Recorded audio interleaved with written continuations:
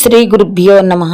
మద్గురుదేవులు చిన్నరామచంద్రయార్లు వారి పాద పద్మములకు నమస్కరించుకుంటూ శ్రీ సత్యానంద సత్యమయార్లు వారికి నమస్కరించుకొని శ్రీమద్భాగవత కృష్ణదేశకేంద్రులు వారు రచింపబడిన శక్తిద్వయ నిరాసకంబైన శుద్ధ నిర్గుణతత్వ కందార్థ తరువుల నుండి 20వ అధ్యాయము శిష్య విజ్ఞాపన నుండి 7వ కందార్థము క్రమ సంఖ్య 287. నీవెంత కొట్టి తిట్టినా నే విడిచే వాడగాను నీ చరణంబుల్, చావైనను పెండ్లైనను నే విడువనటంటి వట్టి నిజ భక్తుడవేరా. నే కనుగొంటి నీ నిష్టనౌరా, కావున నీకిట్టి ఘనమైన ఈ బోధ వేవేగ దయచేస్తి నీ విధి విడువకు నిజ భక్తుడవేరా. నే కనుగొంటి నీ నిష్టనౌరా.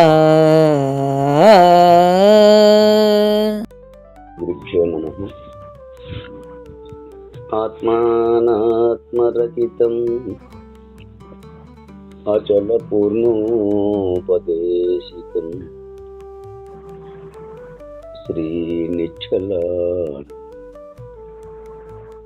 నారాయణ గురోర్శిష్యం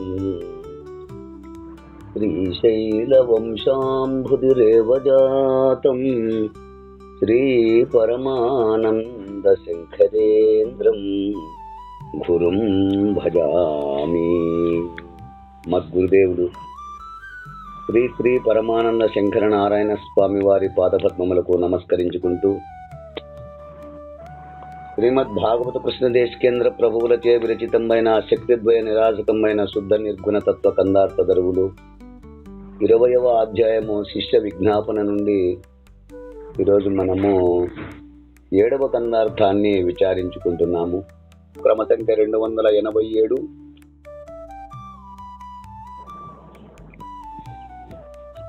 క్రిందటి కందార్థంలో నాకు కోపము లేక నీ మనసు తెలుసుకునేందుకు నిన్ను కొట్టి తిని, తిట్టి తిని, శ్రమ పెట్టి తిని, మొట్టి తిని, నీవు చెప్పే మాట వినకుండా బయటకు వెడలగొడితే సరే, నీ పట్టుదల తెలిసినది, పోకుండా నన్నే ఆశ్రయించి ఉన్నావు కనుక ఇక ఆలస్యం ఎందుకు, బోధ ఇచ్చేట గ్రహింపుము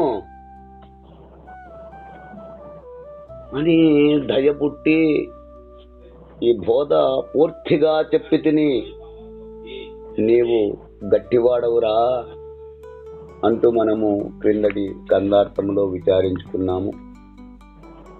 తదుపరి కందార్థము 20వ అధ్యాయము శిష్య విజ్ఞాపనలో 7వ కందార్థము క్రమ సంఖ్య 287. ఈ కందార్థము గురువు ఆజ్ఞానువర్తనముగా ఎలా ఉండాలో తెలియజేస్తున్నారు. నీవెంత కొట్టి తిట్టినా, నీవెంత కొట్టి తిట్టినా నీ విడిచేవాడనుగాను నీ చరణంబుల్, చావైన పెండ్లి అయినను నే విడువనంటి ఒట్టి నిజ భక్తుడవేరా. నే కనుగొంటి నీ నిష్టనౌరా, కావున నీకిట్టి ఘనమైన ఈ బోధ నే వేగ దయచేసి నీ విధి విడువాకు నిజ భక్తుడవేరా. నే కనుగొంటి నీ నిష్టనౌరా. శిష్య, నీవెంత కొట్టి తిట్టినా అంటే ఏ విధమైన శిక్షణకు నీవు నన్ను గురి చేసినా నే విడిచేవాడనుగాను నీ చరణంబుల్.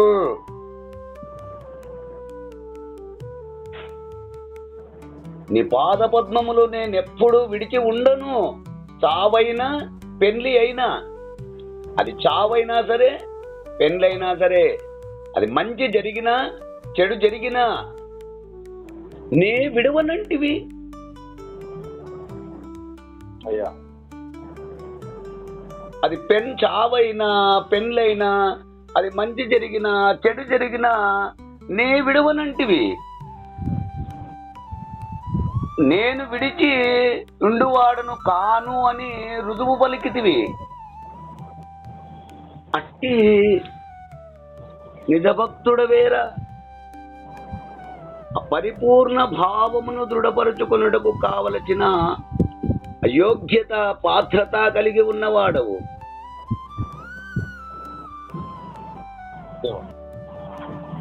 నే కనుగొంటి నీ నిష్టనవురా. ఆ పైన తెలిపిన యోగ్యత పాత్రత నీ యందు కలిగి ఉన్నవని నేను సంపూర్ణముగా విశ్వసించి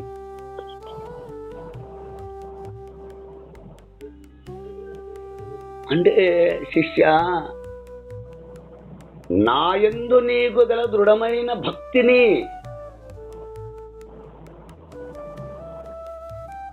నాయందు నీకు గల దృఢమైన భక్తికిని మెచ్చి ఈ అచల బోధ యందు నీకు గల నమ్మకమునకు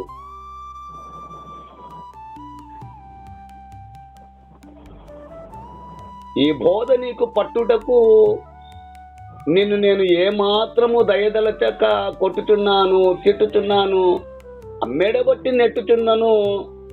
ఆ బాధలన్నిటికీ ఓర్చుకొనుచు నీవు ఎటువంటి శిక్షణకు గురి చేసినా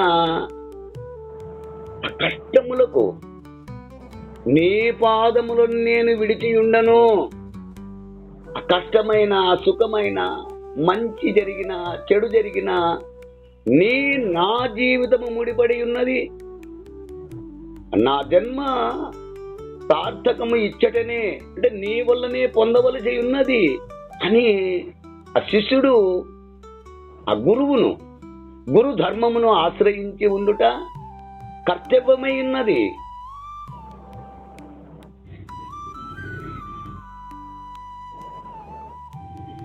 ఆ నిజమైన భక్తుని ఉండవలసిన లక్షణములు ఇవే.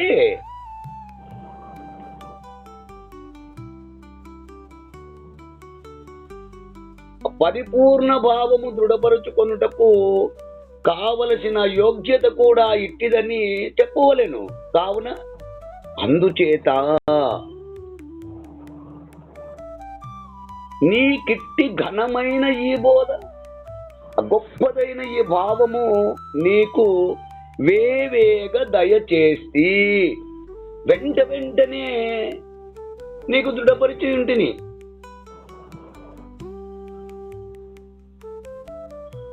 నీ విధి విడవకు.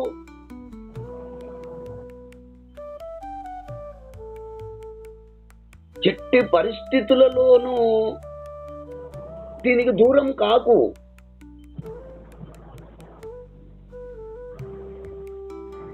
ఇట్టి మానసిక స్థితి అంటే నీలో స్థిరపడి ఉన్న గురు దీక్షను, గురు భక్తిని, గురు నిష్టను మెచ్చుకొనుచు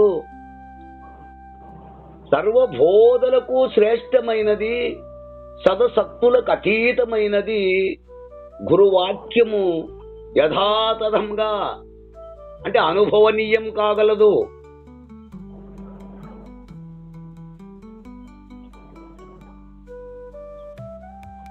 ఇట్టి అనుభవం దృఢపరుచుకున్న మీదట ఆ స్థితి ఎందే తన జీవితమును అట్టి విద్య యందు సర్వావస్థల యందు మరవక దాచుకొని ఉండవలయునని నా మాటగా తెలుపుచున్నాను నాయన.